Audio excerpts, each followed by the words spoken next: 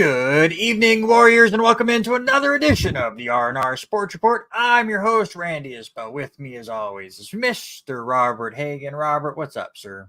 Man, trying to stay out of the heat. You and I talked earlier. Oh. It's just blistering hot in the LC Valley, and this is just day number one of like 4 or 5 days straight. It's supposed to be in the triple digits. We've got a few days of this that we've got to get through. That's for sure. My computer said it's gone down. It's 106 now. It was 107 when we were setting up. It has been rough. Luckily, that meant that we got up a little early, tried to get as much done as possible before noon, where it was only like 93 degrees. It was so hot. Everything was so hot. Hey, listen, I'm around the house, but yeah, I'm glad we don't have football practice right now in this heat, or we'd be practicing probably on the inside in the buildings, just looking at film. I was going to contact some of the coaches I have to do for the Tribune previews that I am helping out with, but didn't get to them today. I will tomorrow. I'm very curious what they are doing to try to beat the heat right now, because all those teams have started practice. Obviously, some of the teams are in different areas of Idaho, so maybe it's not as hot as it is in the valley. Maybe some places it's hotter. I haven't really looked, but it's got to be brutal right now. Well, last night, Coach Bai made the call for Clarkson, at least, that practice was going to be tomorrow, but it's all going to night practices. So they're going to be going from 6:30 to 9 o'clock at night every night this week, but starting tomorrow. Yeah. It's still going to be 30 minutes till 6:30, and it's 100+ degrees. You almost have to do midnight practices at this point when it's still like 80 something. It's still hot. You can't escape completely, but you just try to stay away from the hottest parts of the day. Hopefully, this is our last heat rush of the years. We're now mid-August, but who knows? We will see. Obviously, fires are always an issue in the area, especially this time of year. I know how many times football games get pushed back because of the smoke, so hopefully we can avoid all of that. We got a jam-packed show for you today. A couple running backs found new homes, one exactly where he belongs. We'll talk about that. We will preview the AFC South and NFC South divisions this week. Obviously get into some more baseball stuff. We really kind of did not have time to talk baseball last week. We'll try to hit on it a bit more. Your sports-related draft this week are NFL players that retired too early. This was a very fun choice or draft to do. I had 4 names instantly, and you never took a single one. So I like my draft. I'm sure you like yours too, but there was a lot of names that we could hit on there as well. We're getting to the end of the Women's World Cup. We'll talk about that. 2 weeks left in Aussie rules football.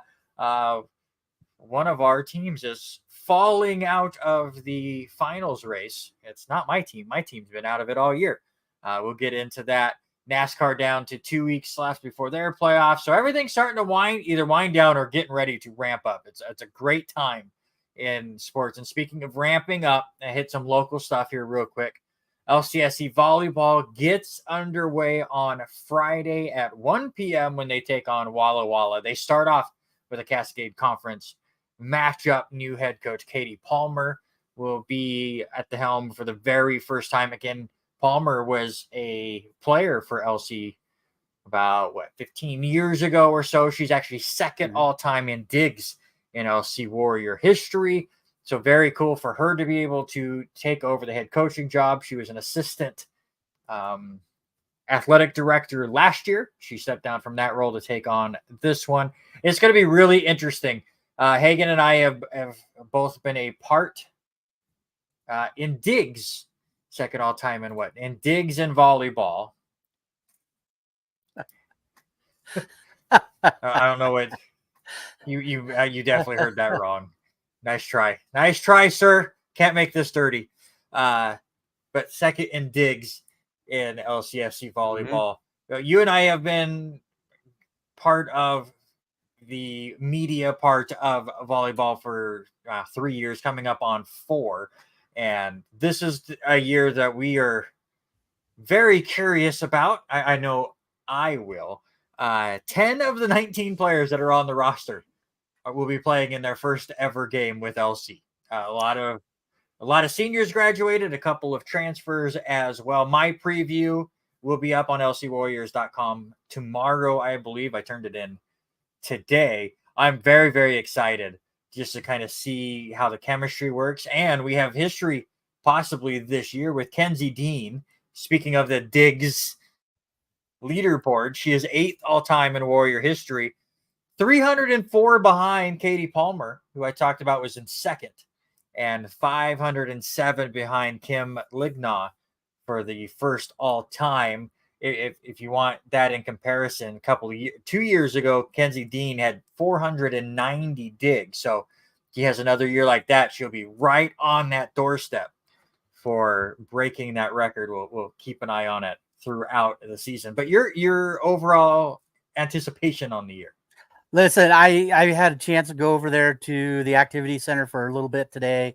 Ran into George and could hear the girls practicing, and that was at like 9:30 in the activity center, and they were just hollering, hooping, and hollering. Poked my head in, looked, and they were working like it was game day. And so, one game away, but listening to them coaching up by both Coach Palmer and I'm drawing a blank with the new assistant coach right now. Haven't had a chance to meet him yet, but Shan Mack, that's his name, is the assistant coach. But seeing those girls get coached up down there, it was an unbelievable experience. And had a chance to sit and chat with Alicia for a few minutes today, and both of us just talking about how excited to see some of these new girls that have come in. We had a huge class go out, and she even gave me a roster printout so I can start practicing names before. I don't even have that yet. Now I have to do all the radio stuff. I'll send you a picture, and I'll send you the other one because I got the other one later. But I looked at this list. I like the little box down here because there's only like 5 names that I worry about out of this entire roster, which I love, until we get to like Evergreen, and then we got to deal with all the Hawaiian names. And we'll get to it. And also, speaking of local news, Conquest of the Cage is in Spokane tomorrow night. Robert, you will be up there. Kind of run down that card real quick. Yeah, I'm going to drive up and sit and watch our buddy Dimitri Morales is going to be on that card. He's taking on Matt Main. Also, Lewiston graduate Drake Randall is on the card. He'll be taking on Alicio Sanchez. A big rematch from another Conquest matchup. Michael Barrett is going to be taking on Ethan Child. That's going to be a huge rematch, and they've even been posting this one. If you haven't watched the match before, type those guys' name into YouTube. Rewatch the match before. This one's going to be one of those top rated bouts. And also another Clarkson native, now lives in Spokane, Bryce Wyatt is going to be taking on Kyle McGoy. So it's going to be a huge match up there. Dimitri with his first professional fight, Drake in his second. It's going to be a great card, and that's all they've really been posting. They haven't posted much of the undercards and the amateur bouts, so excited to see this. But this one is going to, oh my god, I hate to say this, outside, and I haven't even looked to see what the temperature is going to be. Brutal. I haven't even looked to try to tempt myself of what it's going to be tomorrow. It might be a cutoff shirt, because I was going to wear my Dimitri Morales team shirt, but man, it's black and it might be hot wearing that thing outside. But don't be posting any overly sweaty selfies on our Facebook page. You can do that on your personal one, but definitely keep everyone updated on how the show is going up there. All right, let's get into it. Our main topic of the show. A couple of running backs found new homes. This is not breaking news by any means. All this stuff came down yesterday. Just a couple of hours in between the two announcements. First off, Ezekiel Elliott signs a 1-year deal worth up to $6 million with the New England Patriots. And before we get to the other running backs, just talk about Elliott going to New England. This has been a deal that's been trying to be worked on, now a month back and forth trying to figure it out, and Elliott visiting elsewhere.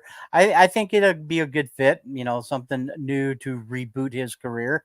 I think he can put up the numbers up there, but we all know what Coach Belichick likes to do. He likes to run the two-headed running back, so it'll be interesting, especially seeing Zeke is not the receiving type running back. He is the handoff and make it go. So it's going to be interesting to see how they change the dynamics of the playbook to wrap around Elliott. To me, it's going to be interesting to see exactly how they use it. I don't think they're going to change the playbook. Belichick is not somebody that will change a playbook based on other people's styles. We saw that with Cam Newton. He brought in Cam Newton, did not change anything. And Cam really struggled to go with the Patriots.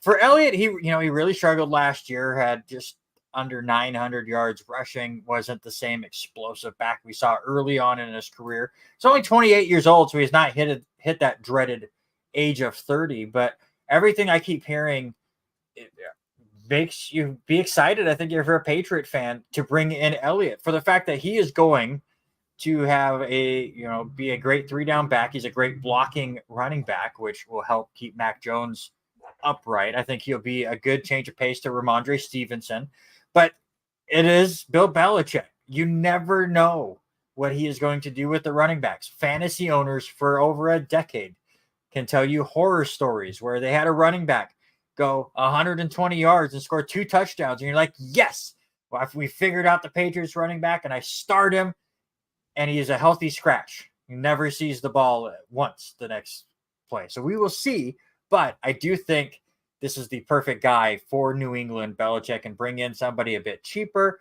who still has some talent and give him a little extra juice, if you will. He and Juju Smith-Schuster going there. Those are just those styles of players, I think, that go into the New England system and get rejuvenated from what we saw for a year or two ago. Yeah, it'll be interesting also. What's that?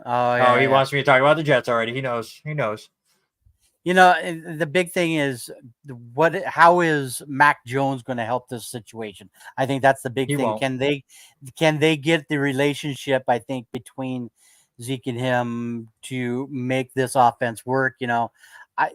I still have that funny feeling. I don't think Mac is the franchise quarterback there. So if this is that year that he's got to prove something, I think, if he wants to try to keep his starting job. But yes, as Robert Taylor brought up, that is not the only move that happened yesterday. It's true.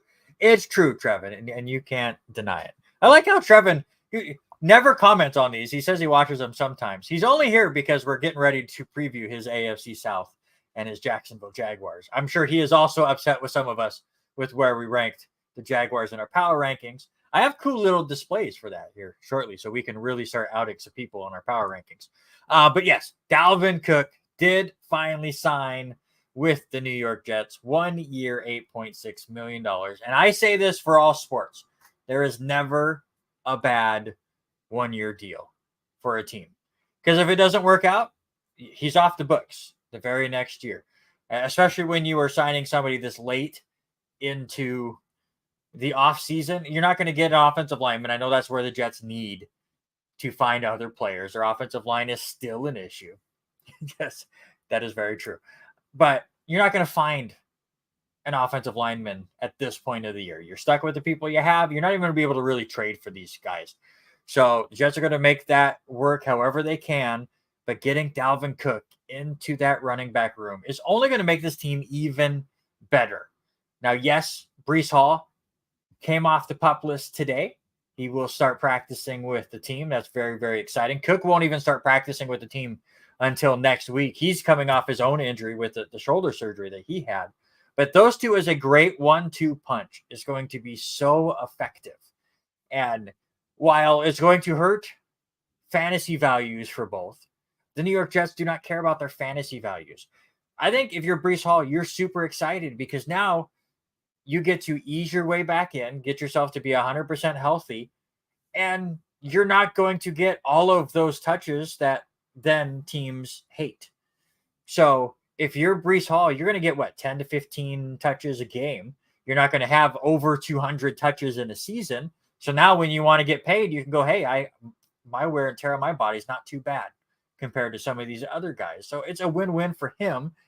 And it's just so great for the Jets. I am super excited for this.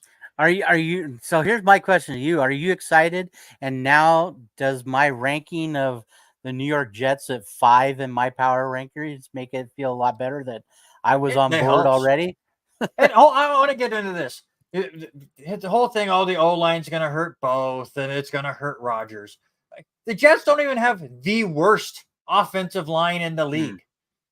I mean, if you want to go off the ESPN rankings that they just posted a couple of days ago, the Jacksonville Jaguars are ranked lower than the New York Jets offensive line right now. Are we worried about Trevor Lawrence and the Jacksonville Jaguars because of their terrible offensive line? No, because it's a good team. The San Francisco 49ers are ranked lower than the New York Jets in the offensive line. Are we saying the 49ers are completely put? And I'm not saying it's right or wrong.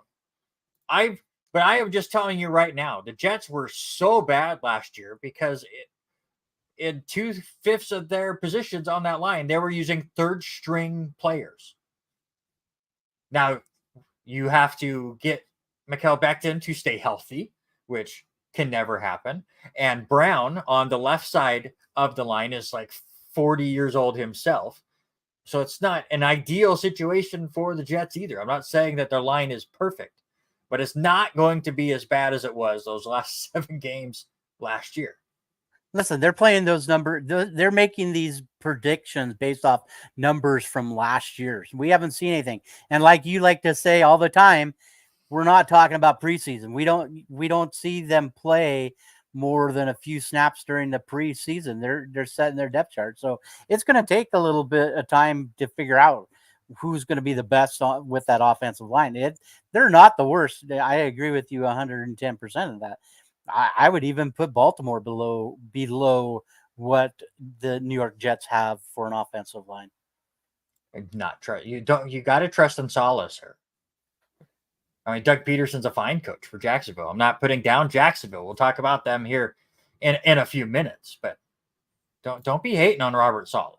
That's all I'm saying. You just think about what he's been put in. Is the Jets are going to continue to improve that offensive line. You got what you got now, but I love this signing for Cook. Is he going to be what he was a few years ago? Maybe, maybe not. I just need him to be good. So now you have Cook, you have Hall, and Izzy, the rookie running back, has been super explosive in the highlights that I've watched of preseason. I refuse to watch preseason games.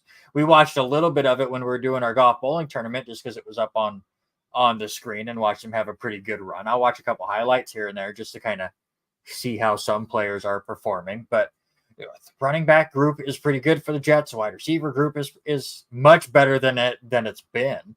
I'm still not on board saying the Jets are in the elite of the AFC by any means, because I still think it's Cincinnati and Kansas City, maybe even Jacksonville before the Jets. But the Jets are a playoff team.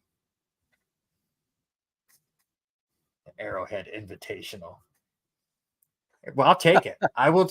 That means the Jets are in the AFC Championship game. And again, it's been 12 years since we've even been to the playoffs. So you're telling me that we can make it to the AFC Championship game? That's a successful year, and I'm taking it. That's a positive from Robert. It's just like we've talked before. You've talked in. We're just talking about preseason. I mean, it's going to take a few weeks for these guys to get in full go mode. It's the same with listening to a few of my buddies that are Las Vegas Raiders fans, that they are so on Jimmy Garoppolo and they're going to make it to the playoffs and into the AFC Championship. Listen, we're a week in. You can't be making those kind of predictions whatsoever. Yeah, I got Trevin and Robert both saying the Jets are making it to the AFC Championship game. This is a good day. This is a good day. It's taking it. With that being said, I did say Las Vegas just a second ago. How about the signing of Damian Williams with still no Josh Jacobs anywhere to be found? It's a possible backup. They're not going to drop his tender now because they've got Damian Williams. I think it's just another running back. If it gets closer to the season, maybe they're the ones that finally sign Kareem Hunt and they use those guys while they wait for Josh Jacobs. But the signing of Williams is not scaring Josh Jacobs into coming back. Honestly, I think the news that's come out this week has helped the case for Josh Jacobs, because two people that the Raiders could have went, you know what, screw Josh Jacobs, we're just going to sign this guy, were Dalvin Cook and Ezekiel Elliott, and they're off the board. So I think Jacobs now has even more of a case of like, you need me. I am a top 5, top 10 at worst running back. And if you want to contend, which I don't think the Raiders are going to, but if you want to contend, you have to bring me in. And you got to listen to my demands. But again, NFL teams and running backs, they're not on the same level right now. And it's just crazy that as Robert had said earlier, running back lives don't matter to the NFL. It's true. The NFL just does not care about that position these days. And with that being said, you said the name just a minute ago. Kareem Hunt still has not been signed anywhere. Do you think he goes this week, and where do you think he ends up? I don't even know anymore. Right? What other places can there be? He's going to be in a backup role, which I think will be fine for him. Honestly, like, put him with Dallas behind Tony Pollard, I think would be a good spot. I know he went to Minnesota. I mean, him and Madison could be a pretty good 1-2 punch. He could go to Kansas City. I mean, Pacheco's so bad. I mean, Kareem Hunt might start there. Wait for that comment. I can't. The response I'm going to get from Taylor is going to be great. All right, let's move on. Talk about the running backs. Got my Jets talk out of the way. Jets for the AFC Championship game for both Robert Taylor and Trevin Pixley means it's been a fantastic day for me. So let's preview the AFC South. Let's have a little bit of fun. There you go. Poor CEH just completely fell off, and it's just so sad. Let me pull up some stuff. So last year, Jacksonville was your AFC South champions at 9-8. Tennessee went 7-10, and then a big drop off. Indianapolis 4-12-1, and Houston 3-13-1. Give me your player to watch from this division. I'm gonna go with Trevin and talk a little bit about it. We even talked, I believe, in earlier this season, the end of basketball season, talking about this. But I think the difference is going to be Calvin Ridley. How does he look after not playing football for basically a year and a half? Yeah, I mean, that's the obvious one. I think Calvin Ridley having a year off. He got traded in the middle of last year. And while I don't put him in there as far as offseason moves, he basically was, because it was his offseason for sure. For me, how about let's stick with Jacksonville here, and let's go with their rookie running back. And there it is. It's Tank Bigsby. Travis Etienne still needs to show that he can carry the load, but bringing Bigsby in to be that 1-2 punch, I think will really, really help out Jacksonville. I love what the Jaguars did offensively. Their defense is still pretty good. The division is going to make them look even better. But yeah, Tank Bigsby to me is my player to watch. All right, let's get into team by team breakdowns. And as we did last week, where Robert thought we were just giving a preferential treatment because we did Baltimore first, we do this in alphabetical order. So let's start with the Houston Texans. They get Devin Singletary, Robert Woods, some old players here. They're Dalton Schultz. I'm shocked ended up going to Houston. Sheldon Rankins is pretty good defensively. I honestly think I like the moves that Houston made in the offseason. Of course, CJ Stroud and Will Anderson Jr. were both top-tier draft picks where Houston went all in on that draft class last year. Lose Brandon Cooks and OJ Howard. No one really cares there. So just overall thoughts on Houston. I don't think either of us think they're going to contend in any way, but I think we both believe that they're going in the right direction. Yeah, they're moving up a little bit, but it's all going to boil down to what Stroud can do with these guys. I don't see him making a big splash this year, but he's going to be mobile, and putting him with Dameon Pierce, now Devin Singletary there with them, it's going to be interesting. But Yeah, I agree, Eric. They could easily still be the bottom of the NFL and be on the clock for another number 1 or number 2 pick. It really comes down to what CJ Stroud's going to do. Again, I like some of the moves that they made in the offseason, but if Stroud is unable to perform very well, and yes, he had a rough first preseason, but preseason doesn't matter, it could be very, very tough for the Houston Texans. But we have to ask the question. We do this for every team.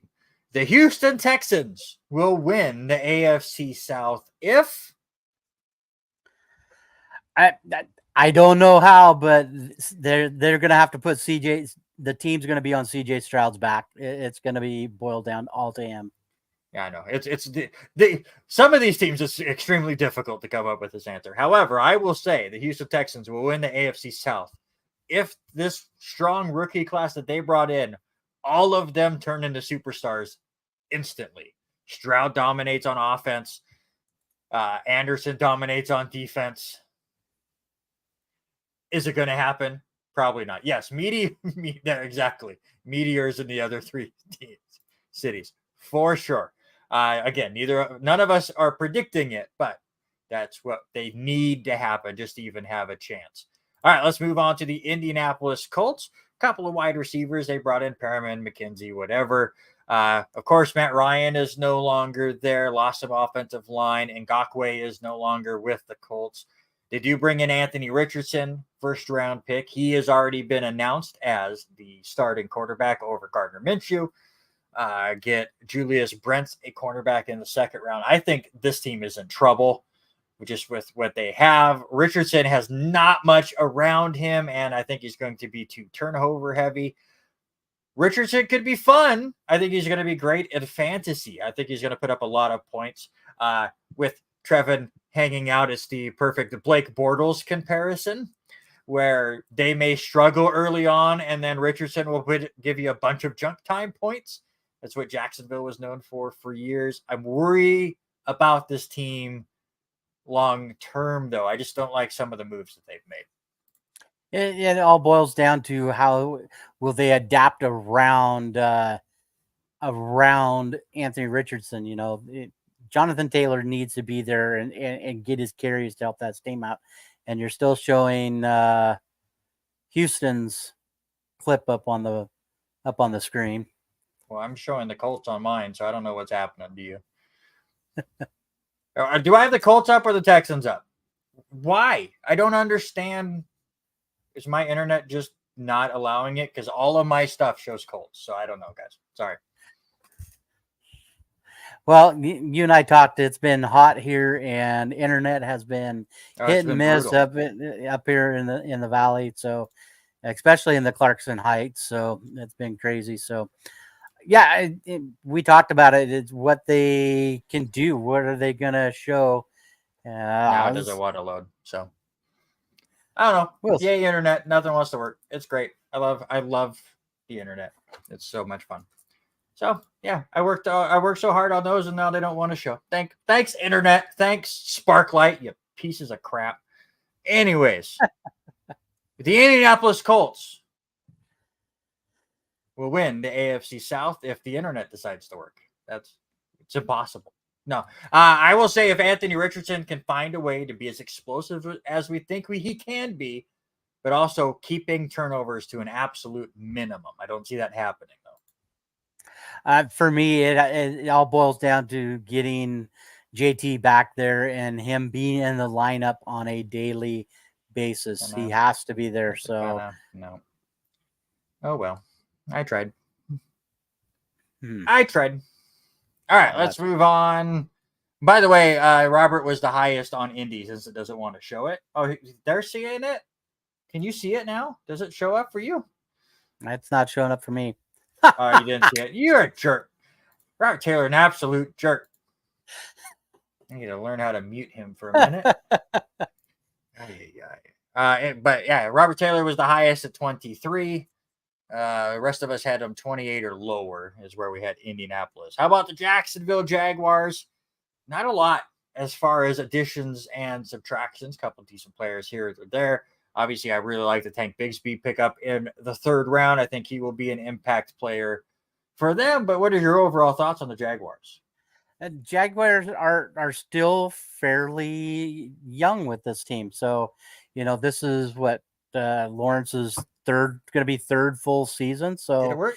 Did it work? There went up. Are they there? I got Jacksonville now. Jacksonville's there? Yeah. It is. All right, cool. Sweet. And the big thing with them is they've got the talent there. They've got Trevor Lawrence. They've got ETN. Calvin Ridley. It'll be interesting to see what that happens. Evan Ingram has been a decent tight end in his NFL career. So I think it boils down to these guys staying consistent, staying balanced is the main thing with this ball club. And for Trevor Lawrence to have grown into itself and not make silly mistakes throwing the ball. I like how Zach is getting yelled at more than you, even though you were one spot different. I wasn't too much different. I'm in a wait and see with Jacksonville. I think they're the class of the AFC South by far, but I want to see them all take that step forward. I did feel even when I was doing my rankings, I was a little low on them. This is a team I think will be moving up our ranks as things go on. I think Robert Taylor is kind of spot on. They are in the play for the 1 seed just for the fact that they have 6 games against Houston, Tennessee, and Indianapolis. And I believe that they will go 6-0 in division. The schedule's not too terrible. The team is pretty good. They made the playoffs last year. Just got to see if all of these young players, as you say, continue to improve. And that's exactly where I am at as far as I'm winning the division. And just don't implode. As long as they don't implode, I think they will win the AFC South. But what is your answer? And the same thing, staying young, but also play each down. The major thing is don't play outside their means. Basically take what the defense is going to give them, work the ball down the field, because Trevor Lawrence proved that when he was in college and has proved it. He's got these guys that can do things. So take what the defenses give them. Yeah, absolutely. Again, Jacksonville, I think, is the class of this division. Not that the division's that great, but they will be a fun team to watch. Finally, Tennessee. Work a little bit on defense, getting Al-Shaair and Luke Gifford. Lose a couple of pieces with Robert Woods, Austin Hooper. We'll see what happens with Tannehill. Will Levis gets brought in to possibly be the heir apparent to Tannehill. This is a team that's never been sexy. They've never been that team that have been really fun to watch, but they've always kind of been that solid team. Last year obviously was a down year as Tannehill gets hurt. They go 7-10, but this is a team that likes to surprise people and get that 10-11 wins. Can they do it again this year?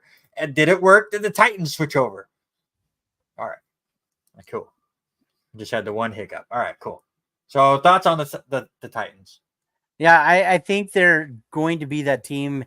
It's going to all boil down to how Derrick Henry performs. A lot of big names leaving in that defense. I'm scared defensively for this team, so it's going to be interesting. What did they do for a tight end? I mean, Tannehill, all he's got really, I think, are going to be receivers to throw to with Hopkins, Kyle Phillips. I mean, really no tight end to throw to, and Derrick Henry, not huge out of the backfield to receive the ball, but totally he's going to get his yards. He's just going to keep pounding the ball, and that's what's got to happen with this team. Yeah, and I'm with Robert Taylor. I like Vrabel as a head coach, so I like what they do. Again, they don't have the most talent on the field, but they always continue to keep themselves in the game as long as Derrick Henry can stay healthy and continue to run forward. I think this team will always stay in games, and it's just whether Tannehill can do enough in the passing game to go with the running game of Henry and the defense that the Titans always bring out there. But I once again ask you the question, sir. The Tennessee Titans will win the AFC South if? Well, I'm gonna answer Robert. I agree. it all boils down to it is like the Ravens, as long as they can stay injury free, and that's one thing both ball clubs have struggled with in the last little bit. For me, and I'm going way out here on this, and I'm going to because I think it's a possibility. DeAndre Hopkins has to have 1,000 yards, and Derrick Henry must rush for another back-to-back 1,500-yard season. It's a lot. It's a lot to ask, but we will see. I think this is the closest competition that the Jaguars have in this division. And to me, I liked this is my favorite one I've done so far as the will they or if they whatever. But the Tennessee Titans will win the AFC South. If Ryan Tannehill goes just straight up Aaron Rodgers and gets pissed off that the Titans drafted a quarterback and goes insane and wins the MVP, then they will win the AFC South. Which is good. It's unlikely, but Tannehill is decent. He's always been a decent quarterback, but now if he can just kind of put things together, Hopkins going there could be very interesting for Tennessee as well. But it's no surprise our rankings are identical here for the AFC South. Let us know your 4.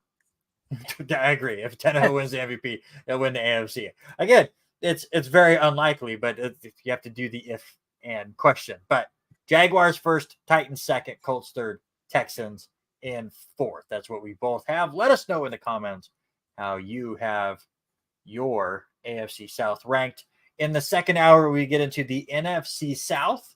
So stick around for that. Also, we have the sports-related draft, the best NFL players who retired too soon. We will get to that about the top of the hour, but that will do it right now for our football talk. Let's get into some Major League Baseball. And before we get to the play on the field, before we get to that, the NFC South is not a boring division because I think it's really interesting. Trying to rank that division is far from boring. None of them are good, but it's interesting. All 4 teams could win that division. It's great. But again, Eric is here, so it's perfect timing. Wander Franco is going through all sorts of stuff. I've not really looked into it today because I'm tired of it and I don't want to look at it anymore. He was put on the restricted list after a social media post was put out about him having a relationship with a younger woman. The reports are saying she's 14 years old. Other reports are trying to dispute that and say she's actually older and she's just trying to get him in trouble. I will let all of that stuff play out. But this is huge for Tampa Bay. Wander Franco's had a pretty good year for the Rays. He still has not really hit his expectation levels from a couple of years ago, but he's been solid for the Rays, who are trying to stay in this AL wildcard race. Yeah, 100%. You hit on it. Franco right now batting right out 281, 17 big home runs, 58 RBIs. How is this going to affect what this ball club is doing? Yes, they ended up winning quite decisively yesterday. I have not had a chance to look at the scoreboard today, but working on it. Why bring up? Why get yourself into these negative situations? Focus on the baseball, guy. And you would think that these guys would do that during the season, but it's just a sad situation where social media. I'm not saying you hang out with a 14-year-old because you're a human being, but they have social lives. Just socialize with people your age, please. That's and don't be a sick, gross human being. Where I was going with it. There you go. So what else you got? Also, how about this one? I laughed at this one when I saw it. I believe it was yesterday. Angel Hernandez, one of your favorite umpires, has he's a joke. Lost his appeal again for his basically being discriminated against up through 2005. He not being able to be promoted. And so he sued MLB back in 2017 for discrimination and not working his way up. Hernandez has claimed that Joe Torre has made the decisions for the umpires, and with their falling out and they don't like each other, that was the reason why he was never promoted. And so Have you seen It's his just, umpire chart from the last oh, time he did the Yankee game?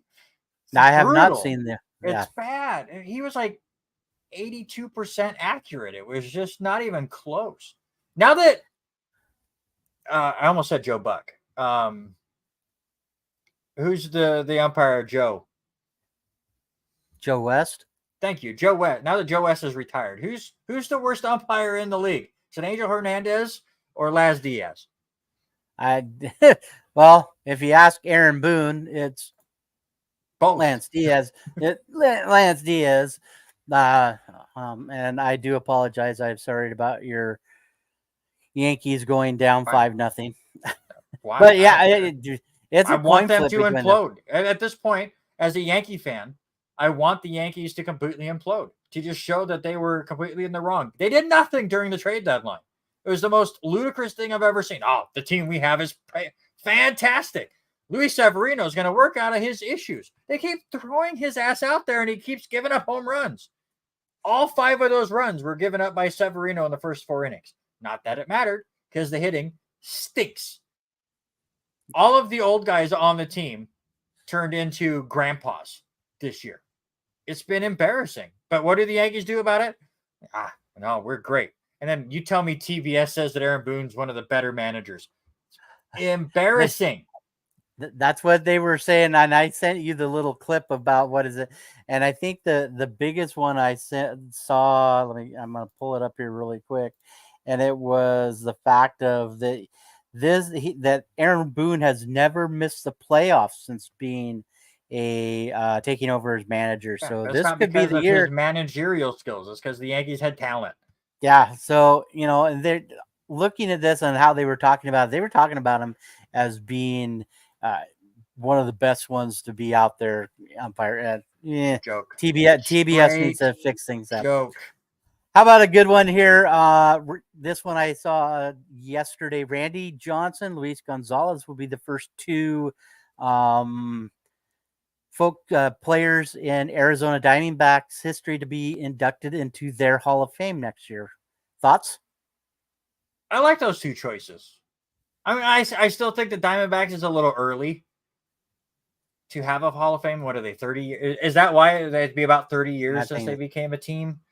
But yeah, those are 2 great choices. They were both huge parts of their World Series win in 2003. 2003 is when they won. So yeah, I have no problem with that. I'm a little surprised. Well, I'm not. I mean, there's another great pitcher on there, but he's kind of an asshole. Yeah. So 1998. So they are not far from. So 25 years. Yeah. About a little bit after the 25-year mark, but I'm sure Kurt Schilling will have something to say and throw a big fit that he is not part of this initial class, but nobody cares. King Felix was inducted to the Mariners Hall of Fame.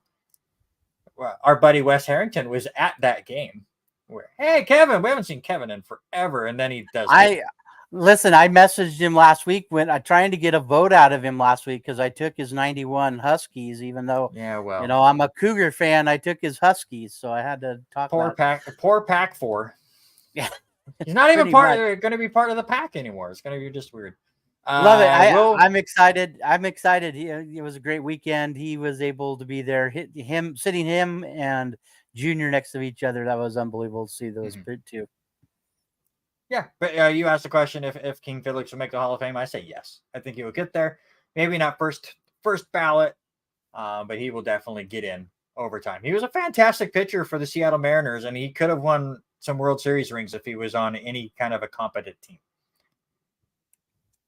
But he stuck with that. I guess he bounced around a little bit right at the end, right? Like he went to the White Sox or something. Yeah. So, I mean, all teams are going to end up doing that. And yes, Robert puts this in the notes. It is time to put to bed the Luis Ariz chase for 400. He has definitely struggled as of late, but still batting 365. He's been absolutely fantastic and a big part of why the Marlins are still in contention in the National League wild card race. Do you want to go over some scores right now? Sure, we can do that. Before things completely change. Now I'm so nervous when I hit this button but is it the correct slide now?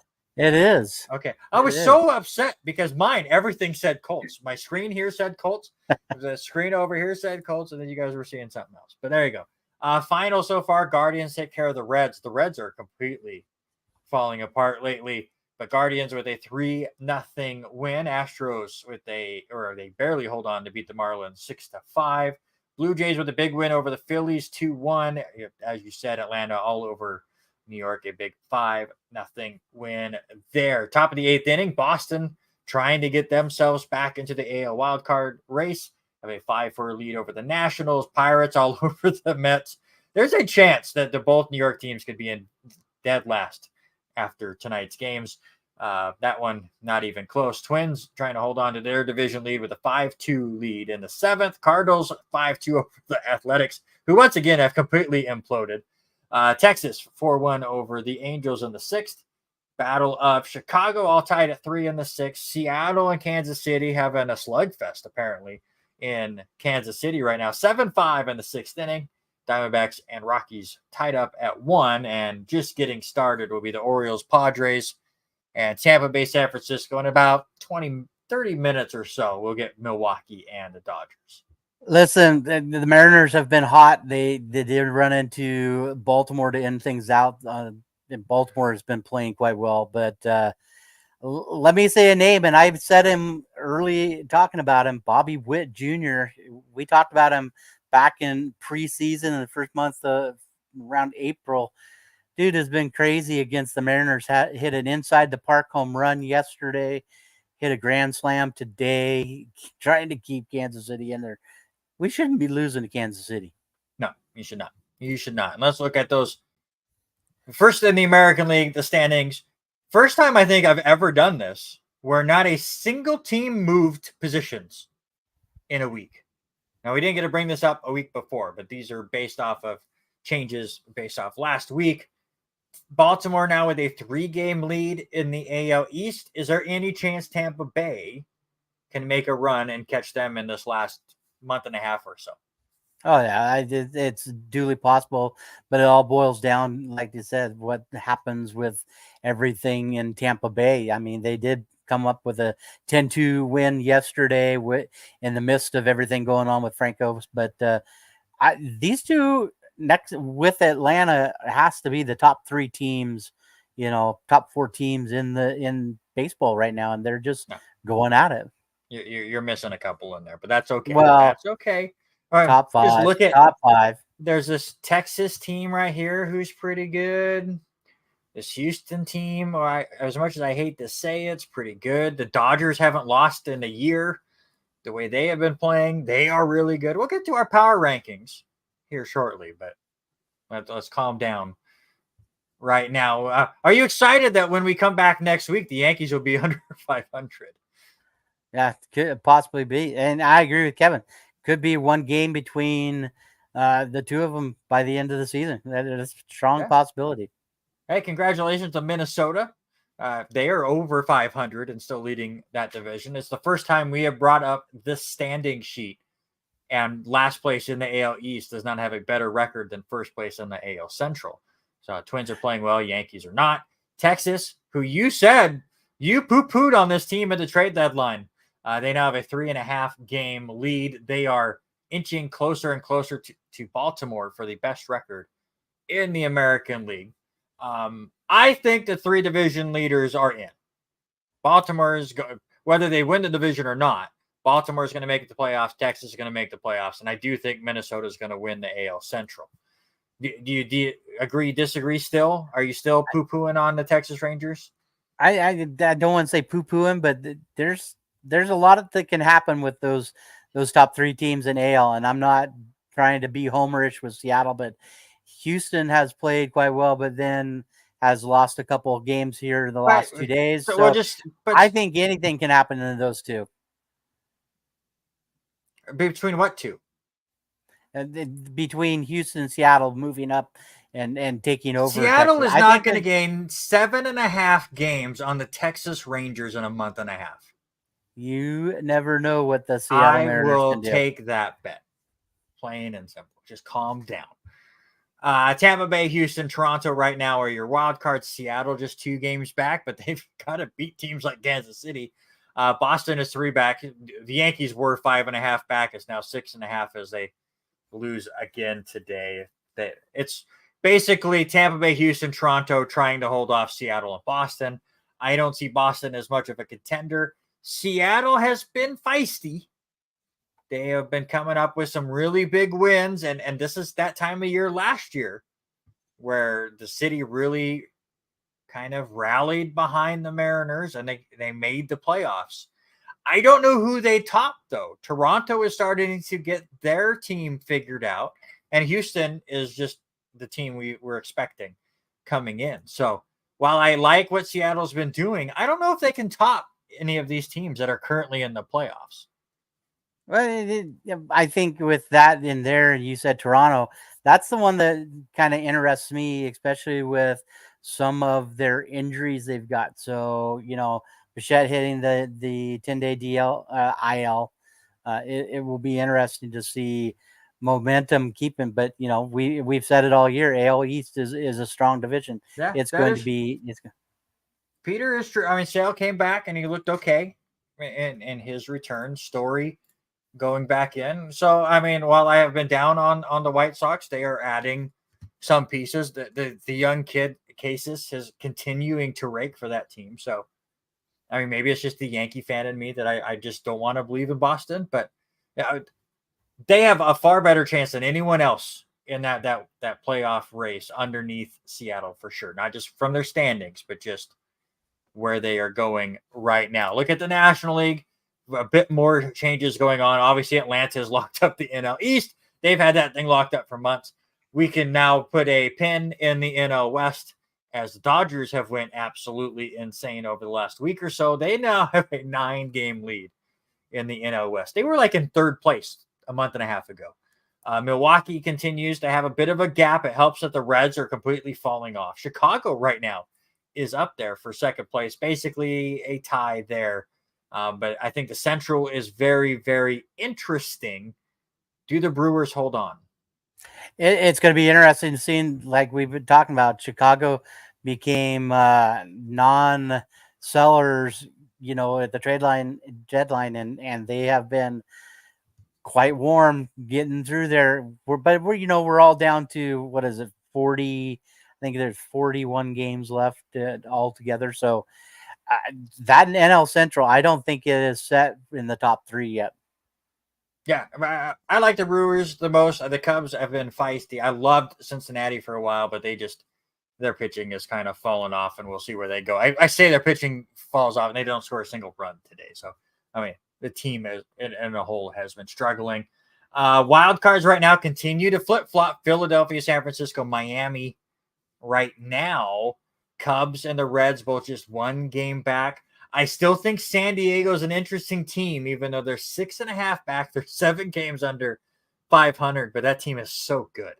If a team that far back can go on a run, it's going to be the Padres, but they're running out of time. They continue to just lose games in stupid fashion.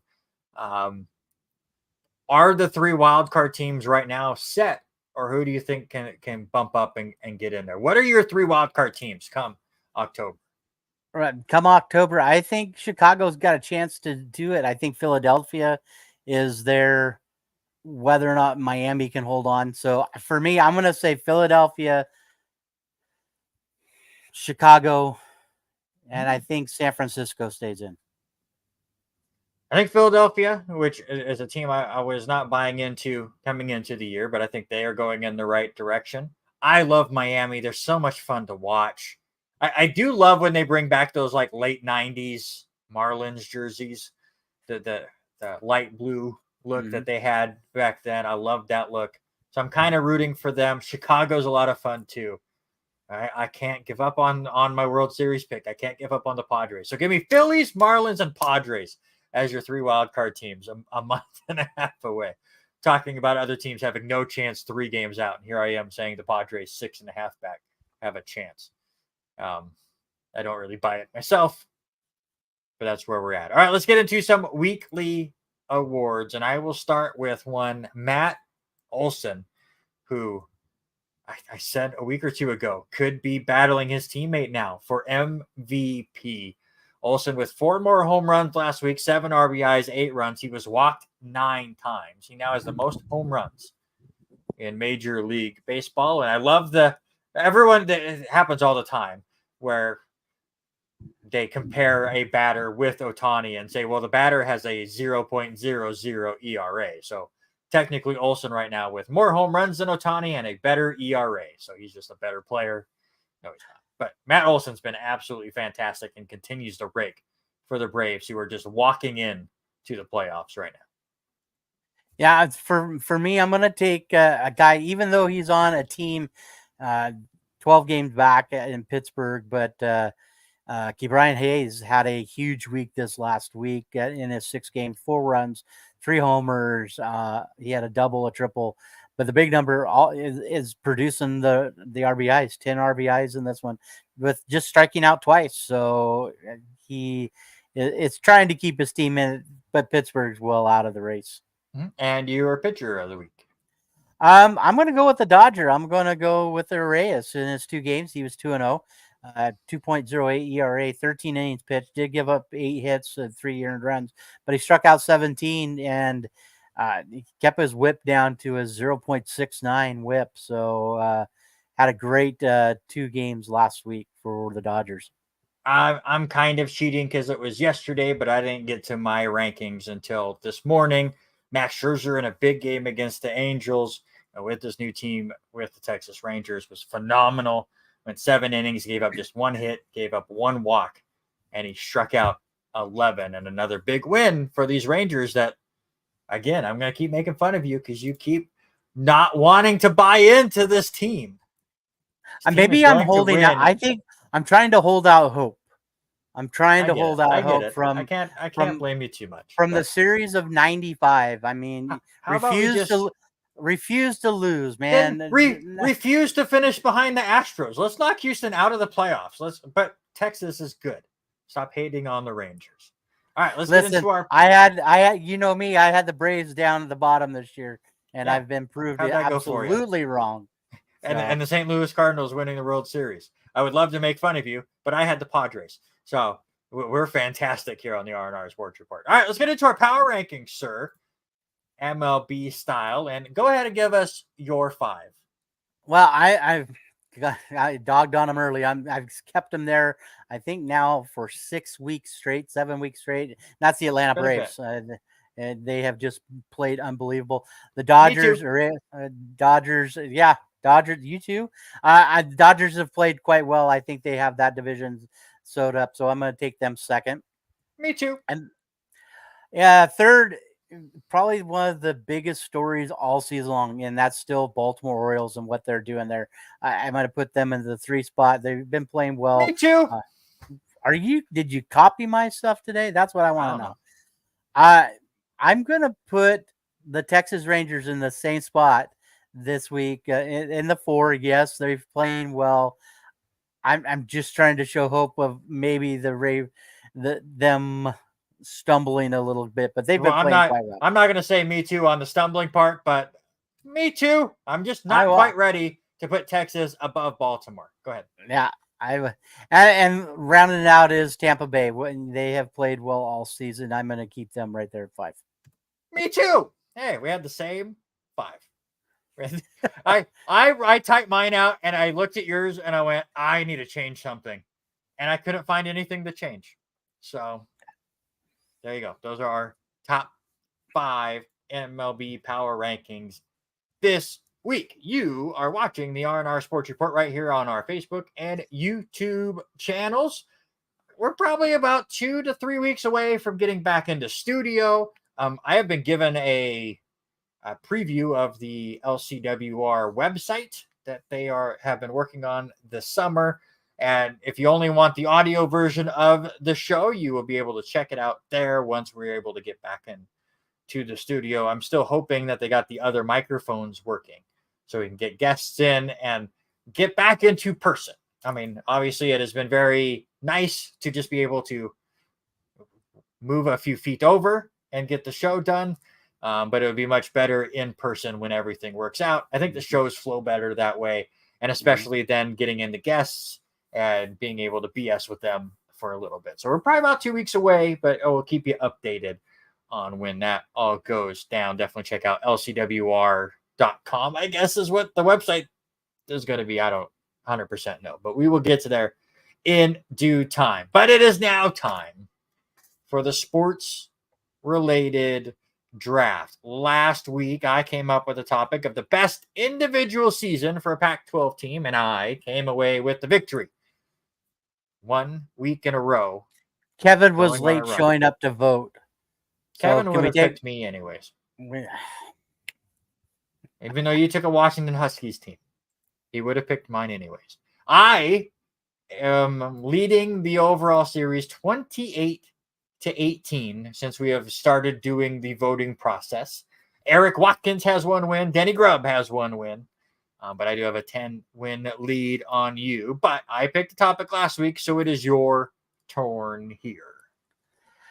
Well, I took this one. I saw a couple of folks that are calling it quits a little early in their retirement that have decided to step away from the game of football just in the past couple of weeks. And I thought, let's look at some of the better NFL players that retired early. And like you said in the opener, there were so many that we could have picked that we still didn't pick.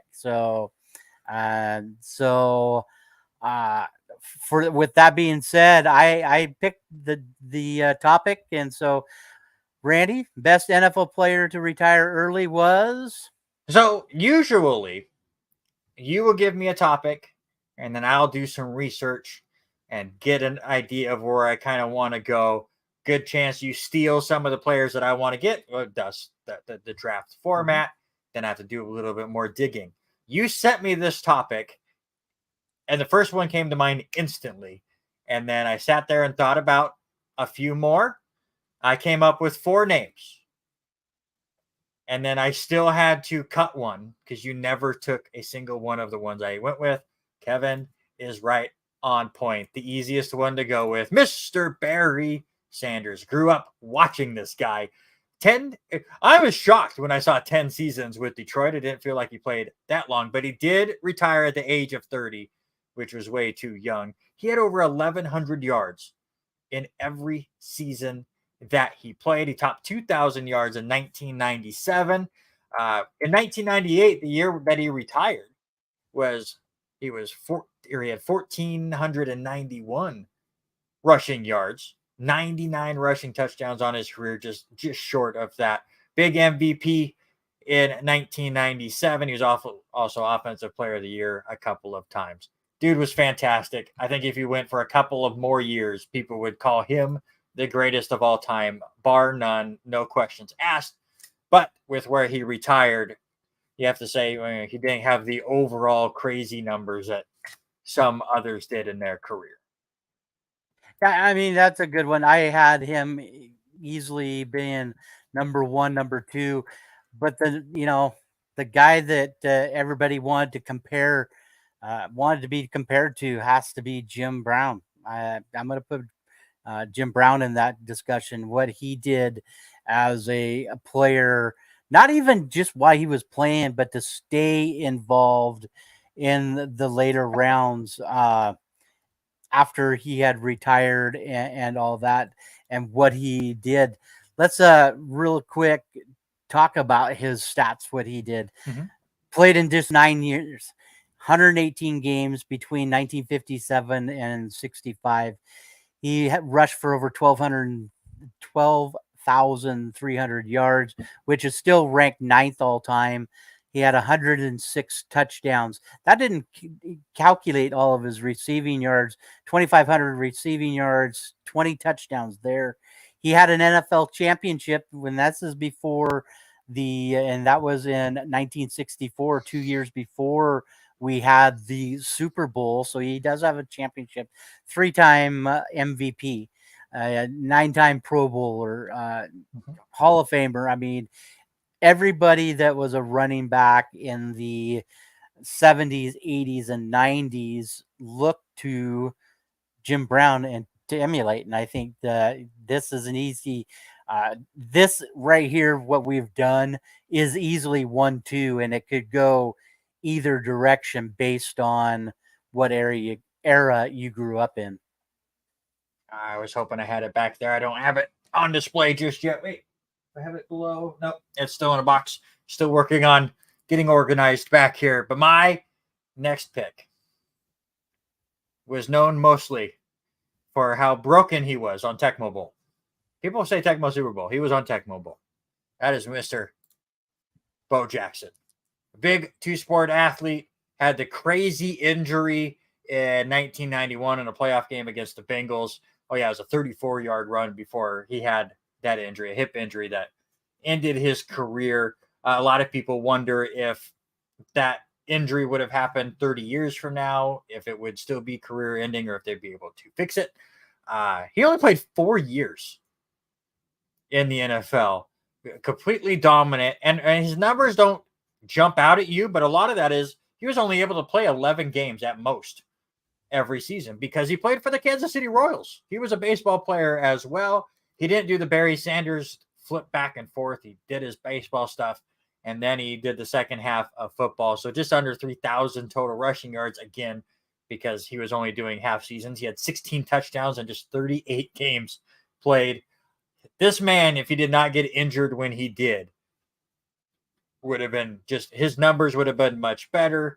Would he have finally decided to play one sport over the other? Would it have been play football for so long and then retire from football and still play a few more years of baseball? It would have been really interesting to see where Bo Jackson would have been. But again, for a player to retire so early, only getting 4 years of Bo Jackson is just criminal. And I still hate the fact that that's what happened. Yeah, 2,500 2,800 yards rushing. So the Kraken is alive and well in San Diego as the Padres with a 5-0 lead over who are they playing? I forget. Oh yeah, the Baltimore Orioles. Poor Denny Grubb. That's why he's not here. Yeah, the Orioles just started. So 5-0 San Diego over Baltimore. There you go. Crazy. So my second pick was a little bit more recent person.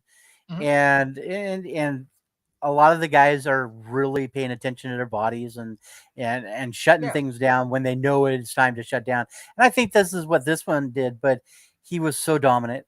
And I'm going to go with a 49er. I'm taking Patrick Willis, 2007 Rookie of the Year, Defensive Rookie of the Year. What he did in 8 years, in 112 games, ended up being one of the most dominant defenses in 2012, 2011. San Francisco was known for their defense in there. Some big things that I see, he had 950 combined tackles, 733 of them were solo tackles. He's just at 48th all time in tackles with that one, 20 and a half sacks, 8 interception, 5 fumble recoveries. Again, I said he was a 7-time Pro Bowler, a 5-time All-Pro, but the big one, Defensive Rookie of the Year. He was the face of that defense in that 2011, 2012, 2013 season for the San Francisco 49ers. And then for him to get hurt and decide to step away in the 2014 season, just phenomenal what he did in just that short 8 season to have almost, just over 700 solo tackles. Yeah, he was definitely very, very good for the 49ers. And yeah, he was one of those players that you were kind of shocked that stepped away.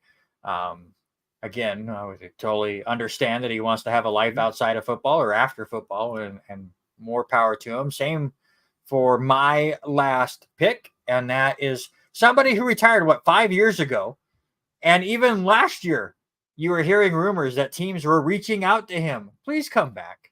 Please come back and play quarterback. It's Andrew Luck, who just shockingly retired just before, the 2019 season. He had missed all of 2017 with the shoulder injury. He comes back in 2018 and has a great year. He's your comeback player of the year. Just no question asked that year. And then it was a month before the season starts, he just shockingly retires. I'm sure there were fantasy football leagues that had already drafted for that year before Luck decided to hang things up. 171 touchdowns in his career, 39 touchdowns his final year, where he went over 4,500 yards, 67% completion percentage. But the big number, 174 times he was sacked. He just could not handle it anymore, and he wanted to have a life. And what I love about Andrew Luck is he just went off the radar. Like, he's not out there doing interviews. He's not working for CBS or Fox. I've seen very little media coverage about Andrew Luck, where he's out there in the media. He's out living his life. Absolutely give him credit for it. Where he turned down hundreds of millions of dollars at this point to go out, have a family, and do his own thing. But he was absolutely phenomenal. 16 comebacks in his career, 20 game-winning drives. He was really, really good. He was one of those players that had the pre-draft hype and lived up to it. The team around him was not great, and he never really led them to much postseason success, but he was a fantastic player. And that is still why you see people like Colin Cowherd talking about every quarterback class going, are we going to have the next Andrew Luck? He's still that guy that these quarterbacks are trying to be the next of. And it was just wild that he retired after just playing 6 years. Yeah, another good one. And like you said, we hit on our 6, but there are so many others, and we might throw out a couple of names here. Yeah, I still haven't got to my 4. I picked 4 names, and you can only pick 3. Yeah, and Kevin said this name a little bit, and it is mine from. He was going to be my pick. I didn't think you were going to go this way, but I'm going to do the Kansas Comet. I'm going to take the guy from Kansas Jayhawks, and that's Gale Sayers. Played in just 7 seasons, but he comes out in 1965. He was the Rookie of the Year. Put up huge numbers that season, and then ended up getting hurt and come back from ACL to comeback player of the year. Ended up leading the rushing with over 1,000 yards in 1969. He was the rushing leader in 1966 and 69. He still has most combined rookie touchdowns, combined receiving and rushing with 22. Gale Sayers also had a record that was finally broke not too long ago. Well, 2016, I say not too long ago. It's 7 years ago. It was finally broke, something that Sayers had done. He was the first individual to have a rushing touchdown, a receiving touchdown, and a kickoff return touchdown.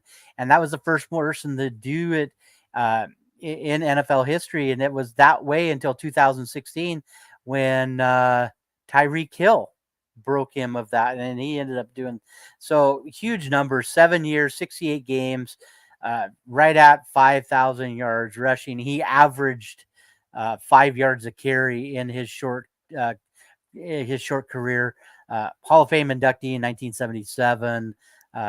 He had 44 combined touchdowns in that short time, and then tried to make another comeback after another knee injury and just couldn't do it in 71 and called it quits after 68 games. But and Brian or Kevin has posted up there many times, which led to his story of the Brian Piccolo story, where he had wrote his book, I Was the Third, and which led to the movie with about Brian's song. So, that's where a lot of people know him from, but the numbers show he could have been one of those dominant people, if he would have stayed healthy. Oh, yeah. All right, so there you go. Those are our draft picks this week. Let us know in the comments who wins this week.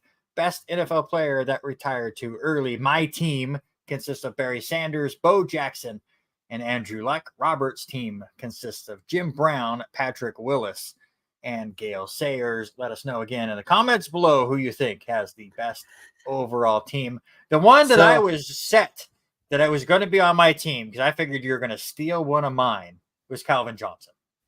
Calvin Johnson was in mine. Also, the other name that popped up for me was Robert Smith from Minnesota. I think both of those guys easily could have made that list, hands down. Yeah, absolutely. Both Barry Sanders and Calvin Johnson retired because they were Detroit Lions.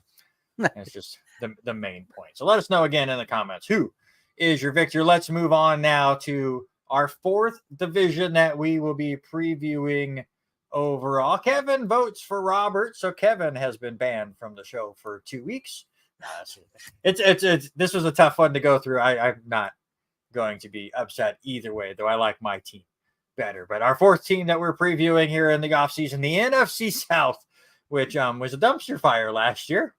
Tampa Bay was your division winner at 8 and 9, and then Carolina, New Orleans, and Atlanta all finished 7 and 10. If you told me, what actually, let's steal a segment from Rich Eisen. What's more likely, that these same 4 records are the 4 records we have this year? The teams could be different, but the division winners 8 and 9, and the other 3 teams are 7 and 10, or one team in this division either wins 14 games or loses 14 games. What is more likely? I think it's going to be the coin flip. I think it's going to be, they're going to be so close to each other that it's going to be hands down together. I think that's where it's going to be. And so I would say it's going to be close records, and it's going to be anybody's, I don't want to say dumpster fire, but anybody's dumpster fire. Right. It's going to be anybody that's going to be, again, and I forget who said it earlier, but maybe Derek Carr just runs away with this division and proves something. This division was so tough for me to predict here. It was so tough for me to figure out what team I liked better. So if the internet will allow me to show our power ranking slides that I worked so hard on, you will realize I put all 4 teams in order, because I didn't know what to do with them. So I got to the point where I thought NFC South teams should go, and I just went 4 in a row. And that's where they went for now, because I have no idea, especially here before the season starts. Well, let's get to it. Let's get to the Atlanta Falcons, who get Jonnu Smith. They get Bud Dupree. Calais Campbell will be a good addition for the Falcons as well. Okuda, the cornerback, could be really fun as well. They, of course, lose Marcus Mariota. But they don't really care about him. This is Desmond Ritter's team, right? We're going to see what the Falcons can do. Of course, Bijan Robinson, the star running back, was drafted in the first round. I am seeing him go as high as the top 5 in fantasy drafts already this year. So it'll be interesting to see what he is able to do with the Falcons. But what do you think of Atlanta this year? Atlanta is going to be that team that is questionable. We were high on Kyle Pitts a few years ago with him coming out of Florida. I like Desmond Ridder. I think this, having a big full season with him, is going to be a benefit. I like him, but I think too much of them are they're all way too close. Does Drake London have that sophomore season breakout? And Bijan Robinson, and you're right. The one I saw, I think he was, I want to say 7th or 8th in a mock draft that I watched him go, and so it's going to be interesting with that. I think this AFC or NFC South is just way too congested. I guess there's a bad strike call somewhere. Yeah, absolutely love it. All right, the Atlanta Falcons will win the NFC South if the offense has to be. I'm going to say the offense has to be balanced. I mean, Desmond Ridder has to distribute the ball and not make silly plays in a division that each week when they play these guys is going to be a coin flip, I think, between them. So they have to stay offensively balanced in this one. I'm going to say the Atlanta Falcons win the NFC South if Bijan Robinson leads the NFL in rushing, which, again, when you look at fantasy rankings, a lot of people think he might. With that being said, go ahead. I was just going to say, with this tight division, that could be all it is. I mean, obviously, you need Ridder not to throw a bunch of interceptions and not give games away, but it's going to be a fun division to stay. I know Robert Taylor said earlier this is a very boring division. I think it's a very bad division, but I don't think it's boring at all. Yeah, so with that being said, you jumped over players to watch. Are we going to do that? Or are we going to go into all of the other teams before we go to Oh, players? we're already past all that. I took Bijan Robinson as my player to watch. You took Bryce Young. You can talk about Bryce Young here in a little bit. Yeah. I did skip over that. My apologies. Let's move on to the Carolina Panthers. Did it switch? Yep. Yay. Thank you, Internet, for not sucking this entire 2 hours. They did bring in Andy Dalton. Not that it matters anymore, as they brought in Bryce Young with a first overall pick, and he will be your starter. Bryce Young struggled in his first preseason game, but again, it is just preseason. NFL Network did him so dirty during the halftime of the Jets-Panthers preseason game. Again, I don't watch preseason games, but it was up on the screen while we're doing our golf bowling tournament, and it's the greatest thing ever. It said Bryce Young was sacked once, was hit 3 times, and he got up 4 times. Like that was a positive.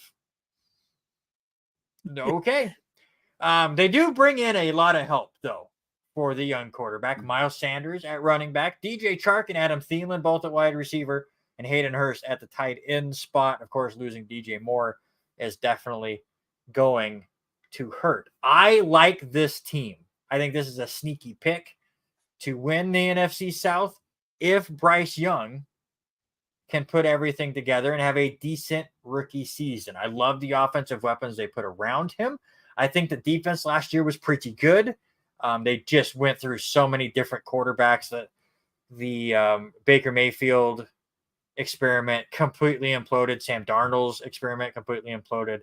They used like 4 different quarterbacks throughout the year. So if Bryce Young is decent, they will stand a chance. Harry really likes him. As you see, he put him 16th. Robert Taylor had him 19th.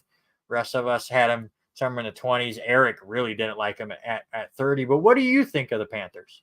You know, just watching how they played the remix of it. I like you said, who they put around Hayden Hurst along with Thielen. He's going to have some veteran guys to throw to, and Bryce Young's going to need it. But it all boils down to how they protect him, and it's exactly like your comment said. Hit 3 times, sacked once, and he got up, and that's going to prove it. And so for me, you know, it boils down to what is that offensive line going to be like, and they have to protect, and they have to stay healthy and protect Bryce Young. That's my way that this team's going to win the division. They have to protect him with Bradley Bozeman, who was a one-time Raven, Taylor Monton, and Ekwonu. They have to protect him, especially in his Ekwonwu's second full season protecting a rookie. It's going to be interesting. Yeah, I mean, the offensive line, like so many teams, is very important for their success. Mine is the Panthers will win the division if DJ Chark and Adam Thielen help Bryce Young win Rookie of the Year. Oh, there you go. We are all tied back up. Eric has picked me. So right now, tied 1-1. We'll see if anybody else will vote on our sports-related draft. We'll bring that back up a little bit later in the show if you're just hopping back on and you missed that part of the show. But very crucial vote coming up. I'm not sure if Zach Swan is watching. I'm not even bringing up what other show is going on right now because apparently I brought that up last week and he left our show. Oh, Kevin switched his vote. I don't understand. Kevin, he's talking now. I think Kevin is misunderstanding. No, we're Kevin still talking draft. Perfectly. He's got it right. I win. There you go. 2-0. It's over now. Well, now we don't need any more votes. We're good. Thank you guys so much for participating in our thing. Where are we? I've lost my track of thought. How about the New Orleans Saints? By the way, I got to fix the Carolina one. I didn't realize the picture I took kind of cut off this dude's arm. I have to find a new picture. Preseason stuff. All right. New Orleans Saints. Of course, they bring in Derek Carr. They could bring in Jamal Williams, who led the NFL in rushing touchdowns last year. Also, Jamal Williams is the most nerdy NFL player I've ever seen, and he's my favorite. If you've ever seen interviews with him, he is goofy. He is all out goofy, and I love him. Couple of defensive players they bring in as well. Of course, Mark Ingram is gone. Jarvis Landry, Marquez Callaway both have left. as well. They really focus defensively. Now I'm really confused. It's the same part. Kevin, But there you go. voted. So Kevin has voted for both of us. So I have 2 votes. You have 1. That's where we're at. Oh my Lord. But your thoughts on the Saints? The Saints have made some interesting move. Derek Carr, Jamal Williams bringing in there, lost their defense. A couple of defensive big strong guys. The Idaho boy Ellis is no longer there, and also Justin Evans. So it's going to boil down to what can this New Orleans defense do, and could the connection between Derek Carr and Michael Thomas turn out to be a big one? Can Thomas stay healthy? Can Thomas perform and play all 17 games? I think that'll be very important. I have them 28th. That was the lowest on us. I do think I have them ranked too low. We will see where they go once the season gets started. But I do think this could be a sneaky division winner as well. We will kind of see how everything works. What can Derek Carr do in this division now that he's away from Patrick Mahomes? It'll be very interesting. And that's kind of where I go. The New Orleans Saints will win the NFC South if Derek Carr can limit his mistakes and the defense continues to be a top 5 unit. And you said it a few minutes ago. Can Michael Thomas stay healthy? And that's what I did. I'm so confused by Kevin. We're not in the votes anymore, sir. We're bringing up Vegas Raiders. The same thing. Derek Carr, who knows? And so this isn't part of our draft anymore, sir. Go ahead. The draft is, you voted for me with Jim Brown and Gale Sayers. That's where we need to go with that. That was that draft. So for me, for New Orleans, it has to boil down to Michael Thomas got to stay healthy. Played 10 games in 3 years, basically 7 games in 2020, and then just 3 games last year. That is the key for this one. If he wants to be the weapon of this team, he's got to stay healthy and he's got to stay out on the field. And then finally, the Tampa Bay Buccaneers. They did lose Tom Brady. Who? I guess that's kind of important. I guess that's kind of a thing, right? Also, they kind of lost all of Tom Brady's best friends. Leonard Fournette is gone. Julio Jones is gone. Gronk has been gone. Lost a couple of pieces on the defense as well. Chase Edmonds is an interesting pickup for them. Baker Mayfield being the starting quarterback could be interesting. Can he have a career resurgence with is this his 4th team now? Or is it Cleveland, Carolina, and then he went to the Rams, and now here with Tampa Bay. Can he finally put things together? It could be interesting. I don't really feel bad for Tampa Bay. They went all in.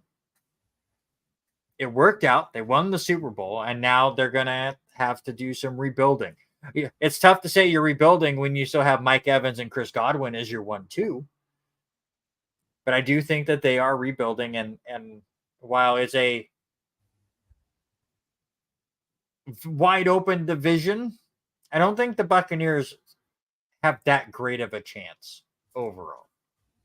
Yeah, I think they're that team that is probably going to be the most likely to lose the division out of everything based on the moves that they made. It's going to be where they've looked to already. The Kyle Trask is still talked about being in that starter with Baker Mayfield. So maybe, the inconsistent of who's going to be what. Baker's going to get his preseason snaps. Maybe that helps end up that team. But it's going to boil down to the defense. I mean, Vita Vea is there. He's one of the main ones. That nose tackle, can he be the heart and soul of that defense, especially with bringing in Kancey? So for me, you look at it, if they have a chance to win, the defense has to keep them there. They've got to keep them in every ball game, and especially, like you said, especially the 6 games in the division. And I will go. The Tampa Bay Buccaneers will win the division if Baker Mayfield finally shows why he was the number 1 overall pick in his draft. He hasn't shown it yet, but we've seen people have resurgences in their career, and we will see with Baker Mayfield. All right, give us your NFC South prediction here. Well, here's a little thing, and we talk about this. Power rankings don't go into what standings are, because I had agree. a couple of these. I had a couple of these teams higher, but then end up lower in the standings elsewhere because of where they go. And for me, Tampa Bay is going to end up being the bottom team. I think Atlanta is the other one that's just below it, but it's going to come down to a coin flip for 1-2. And as much as I love Desmond Ridder, I think it's Bryce Young and the Carolina Panthers winning this division. Like I said, when we did the power rankings a little over a week ago, I do think I was too low on the Saints. I will have the Saints winning the division, Carolina finishing second. I do like the pieces they added offensively. I'll go Atlanta third along with you, and then Tampa Bay in last. I can't buy into Baker Mayfield. It would be cool for him if he has that career resurgence. I just don't see it. And can somebody go and check on Denny Grubb, please? Anybody go check on Denny Grubb. Baltimore is losing 7-0 to San Diego in the bottom of the second inning. It is all Padres in that game. Real quick, before we move on to some more NFL news, we will real quick hit the rest of the Major League Baseball scoreboard. Couple of other finals for you. Boston did hold on to win 5-4 over Washington. Pittsburgh, now the Mets did try to make a little bit of a run, but the Pirates hold on to win 7-4. Twins do beat the Tigers 5-3. St. Louis with a 6-2 victory over Oakland. And then game still being played. Texas, a 5-1 lead over the Angels. Bottom of the eighth inning. White Sox have taken a lead over the Cubs. It's 4-3 in the bottom of the eighth. That would be a bad loss for the Cubs. Seattle has pulled away a little bit. 8-5 lead over the Royals in the top of the eighth inning. Diamondbacks with a 3-2 lead over the Rockies in the bottom of the seventh. I already gave you the Padres 7-0 score over Baltimore.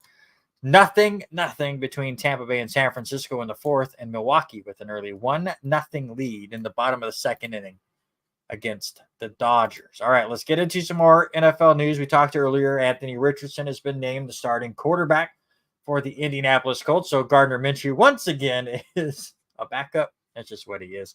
Ex-Raiders wide receiver Henry Ruggs III was sentenced to at least 3 years in prison for that ridiculous fatal DUI crash in Nevada back in November of 2021.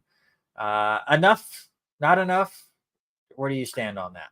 I don't think it was quite enough, but he came out and pled guilty, and even said it early after things happened. He was trying to be very remorseful. I would have thought he would have had a little bit more, probably closer to the 10 to 12 year range, but I don't know. I just don't think 3 years is enough. No, but I'm not a judge. I'm with you. Yeah, I'm with you. I would like to see it a little bit more, especially with the loss of life that happened in that. Just people got to be better with that, and it's just a sad situation that happened. And I have zero sympathy for Ruggs. He was like 120. He was going ridiculously fast during that as well. How about this Michael Orr situation? Everybody, I'm stealing this from somebody, and I can't remember who. I want to say it was on an update on Fox Sports Radio when we were driving around today. But he said that the entire world has been blindsided by the news that the blind side might not be real. Anybody that's seen the movie with Sandra Bullock, I did see somebody ask if she now had to give back her Oscar for the movie. 156 miles an hour. Thank you, Kevin.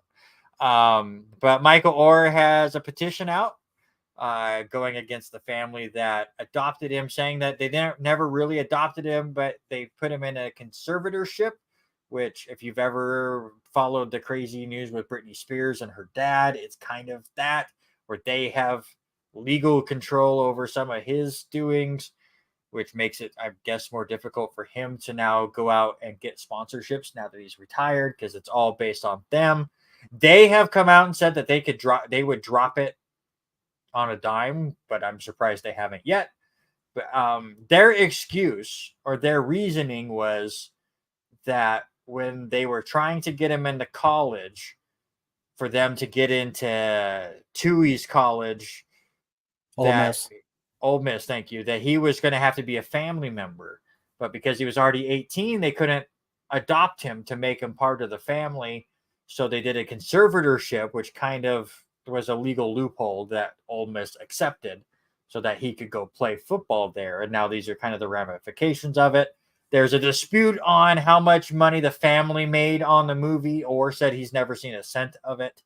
The parents have said that they barely got any money from the movie, that the actual writer of the book gave him a little cut of theirs.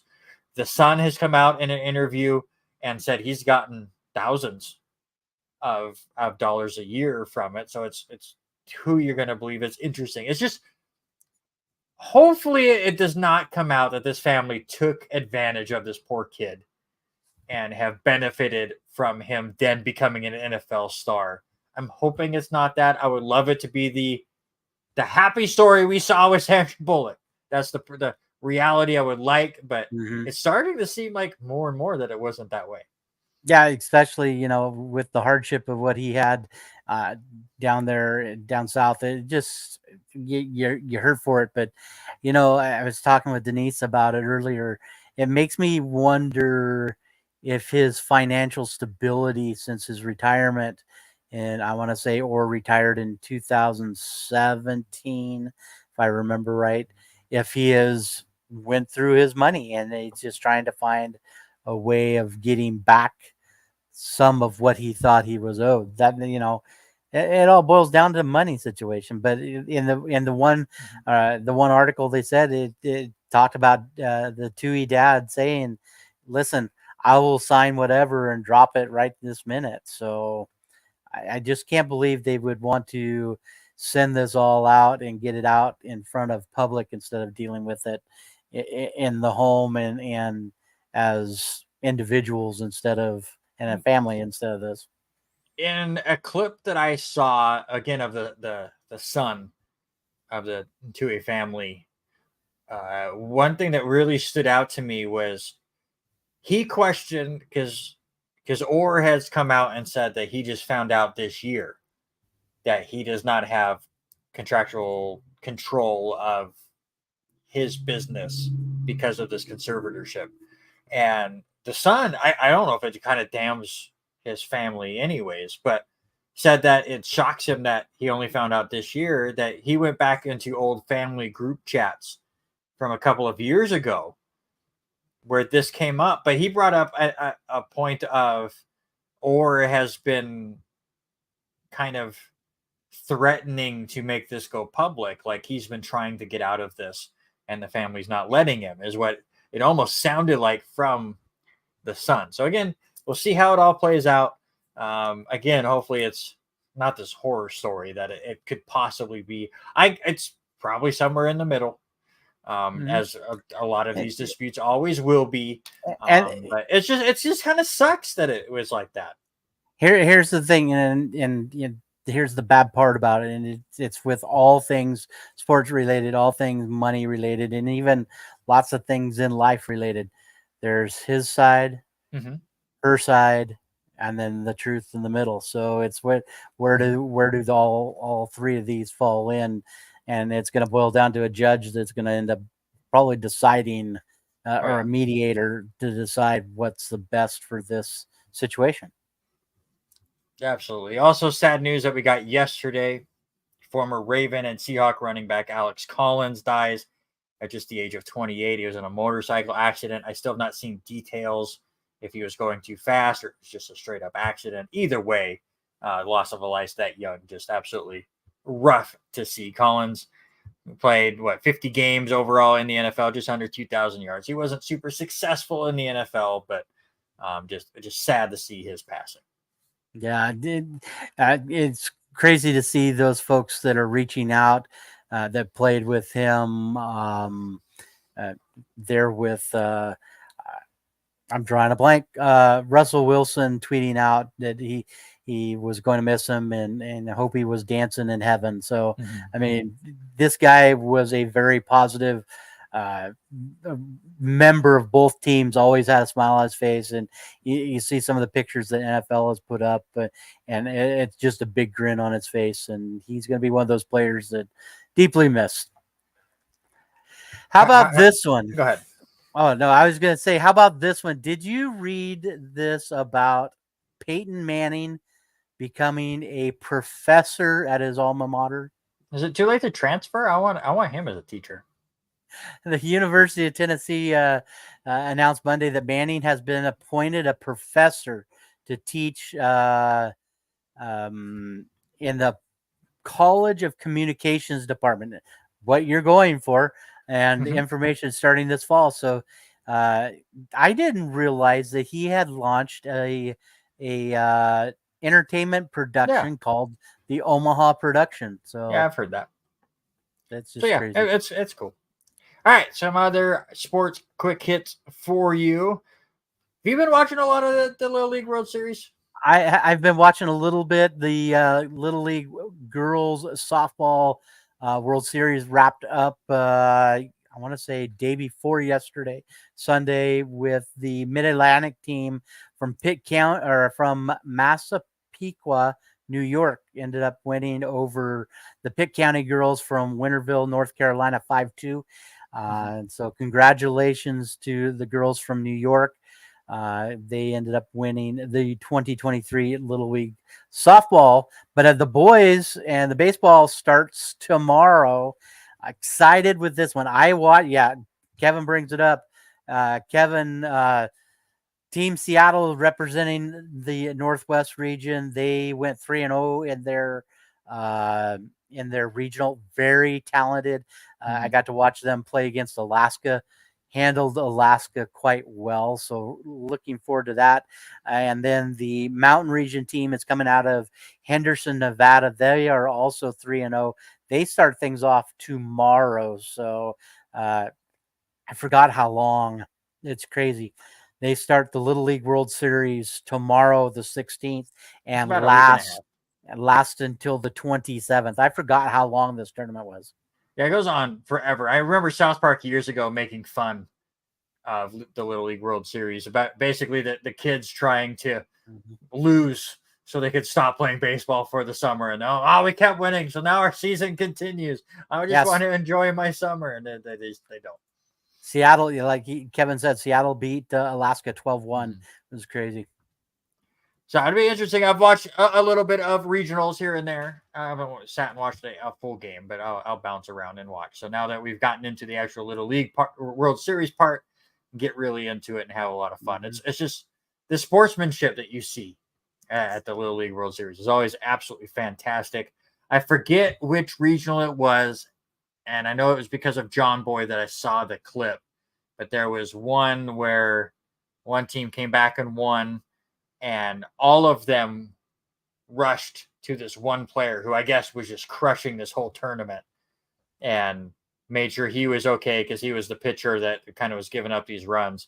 Coach came up and told him just how great of a player he was and not to let this get to him. And just that's what you love to see. That's what we love doing the year that we were able to coach the 1 year is you want to make sure the kids learn something, but you want to make sure that they have a lot of fun playing the sport of baseball. And these kids have been playing for months. I have to say that. This point. I have to say that, and I'm going to bring it up just because you brought up the coaching part of it. It's crazy that I saw a picture of one of our past players, Isaac, and your son, now both freshmen at Lewiston High School. It is crazy to think that just a few years ago, we coached them in Little League Baseball when they were 9 and 10. It's just nuts. Also, the FIFA Women's World Cup is getting closer and closer to concluding. Spain was able to take care of Sweden this morning, 2-1. Going on, what are we looking at? For 7 hours from now or so, Australia and England at the bright time of 3 a.m. Pacific time will go off in the other semifinal. Who's winning the whole thing? Australia or England? I'm gonna say Spain. I think Spain just gonna play dominant. They score 2 goals in the final 10 minutes, one at the 81-minute mark, then the final one at 89. They didn't show any quit in the highlights I watched, so I'm going to take Spain. You know what? Give me the host country. Give me Australia. Let's go wild with it, and let's have a little bit of fun. Not that I've really watched much of this, especially after the U.S. women struggled to do anything. Well, nobody's really made it that far because the USA were dominant before. All right, let's get into some Aussie rules football because I know Eric is still here. Oh, baby. How about those Hawthorne Hawks? Why did the season start so early? If we just went over the last couple of weeks, Hawks would be right in it right now as they had a come-from-behind victory against the Western Bulldogs to win 67-64. One of the few times that the Hawks struggled early and then played better as the game went on. Usually it's the complete opposite. But my Hawks come away with the win. There you go. That is my Aussie rules talk. There you go. You're not as talkative here for this Aussie rules football segment as you normally are, as your Cats continue to kind of fall down the ladder. 2 weeks left to go after this week. They lose to Collingwood 109-101. I know a team that was able to beat Collingwood, sir. And it wasn't your Geelong Cats. Again, it was my Hawthorne Hawks who were in 16th place. But they were able to beat Collingwood. Lots of big things. Again, no Hawkins this week. Wasn't able to play. Some big injuries, even one big injury for Collingwood. With that one losing their main guy early in that one. But Geelong had a 19-point lead at one point in the second quarter and just let it dissipate. They ended up going into halftime 51-50, and then all of a sudden Collingwood just outscored Geelong in the third quarter 39-14, and it was downhill from there. So it's going to be, they tried to make it interesting the last 3 minutes of the game, but just not enough to come up short by 8. So it's going to be interesting. Geelong, has got the percentage points, but they've got to win big this week, and it's not going to be another easy matchup as they're going to take on St. Kilda. I think they have to win both of their games at this point to get in. A couple other interesting games. Essendon barely held on against North Melbourne, who's battling for the wooden spoon.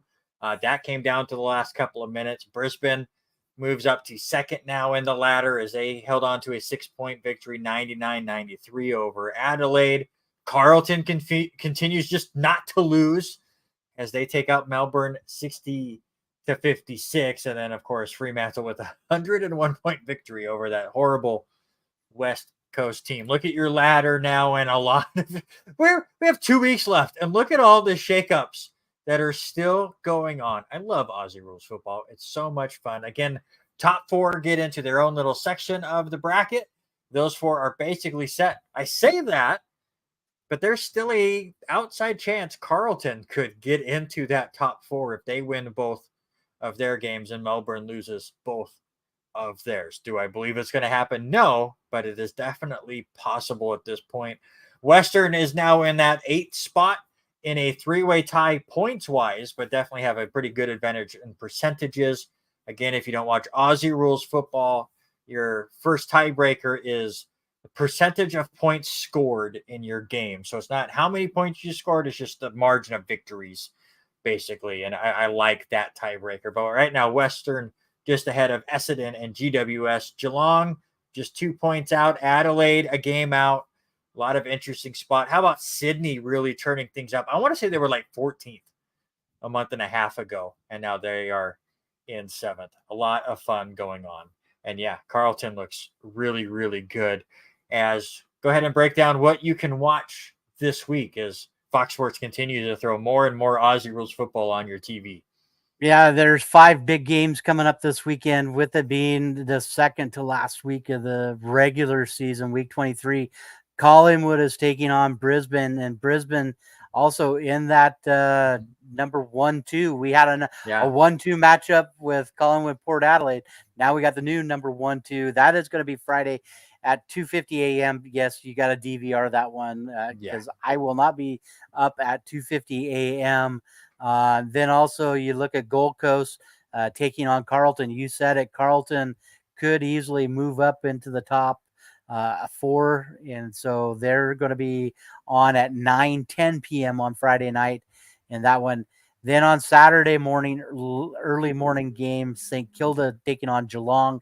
You said it, Geelong has to win the next 2 if they want to sneak into the top 8. Yes, they do have some good percentage points, but they've got to come away with wins there. Also, Eric's Western Bulldogs will be taking on West Coast. Should be congrats on your win, Eric. Congrats on your win. Should be an easy win with that one. This team. Should be an easy one, but we will see. And then it comes down to Fremantle taking on Port Adelaide. Again, Port Adelaide has slid down to 3rd place. It'll be interesting in that one. Yeah, it'll be really interesting as we get closer and closer to finals time. What happened in the world of golf, sir?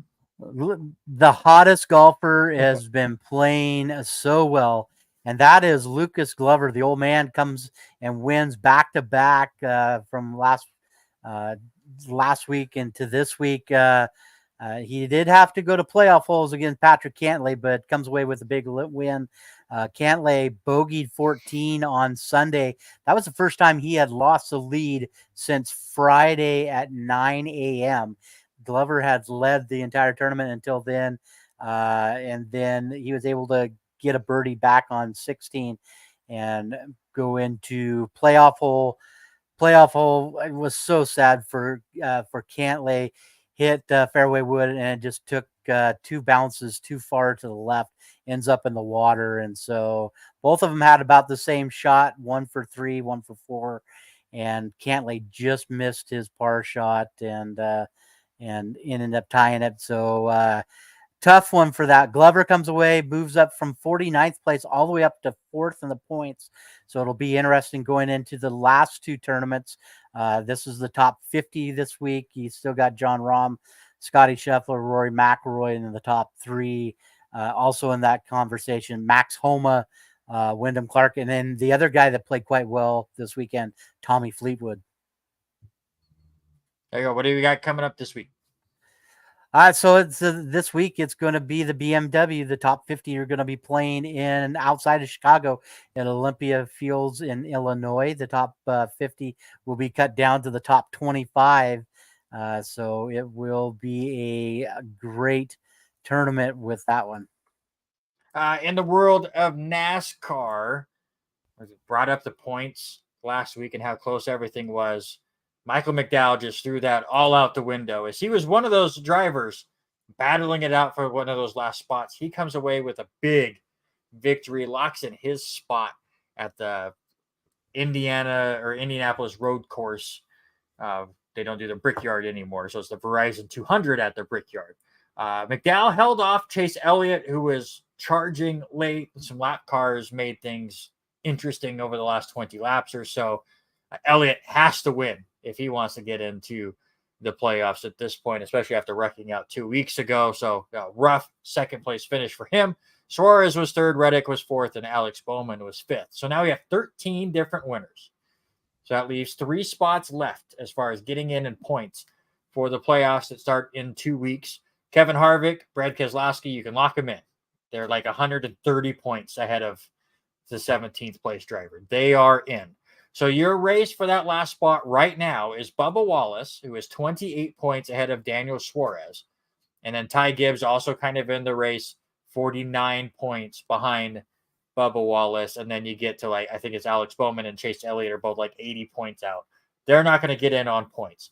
So you're either going to have a really interesting battle over the Watkins Glen race this week and then Daytona next week between Wallace and Suarez for that last playoff spot.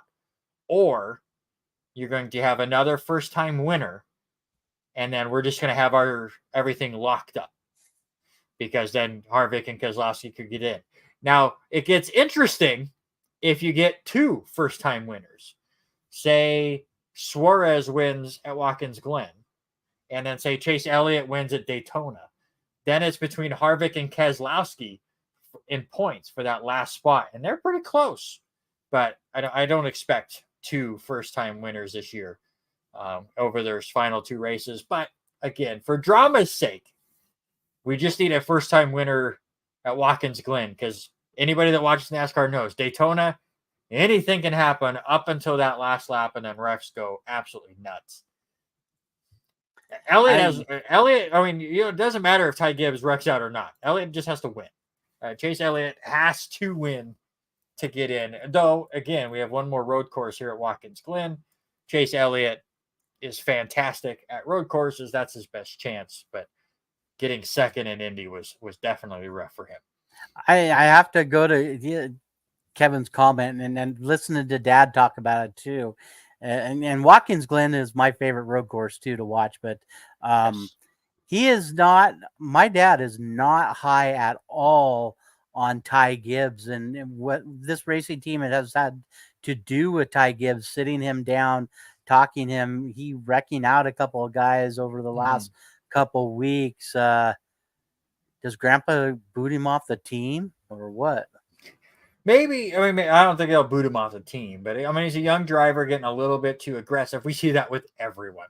It's so fun to watch people like Kyle Busch and Brad Keselowski, who were Ty Gibbs years ago. Now they're the veteran drivers, and they're the ones getting upset at the young guys being too aggressive. Brad Keselowski pissed off everybody coming up. Kyle Busch pissed off everybody coming up. Now they have become the veterans, and they're doing their stuff. Well, the poor WSU. It just, who knows where they're going to end up.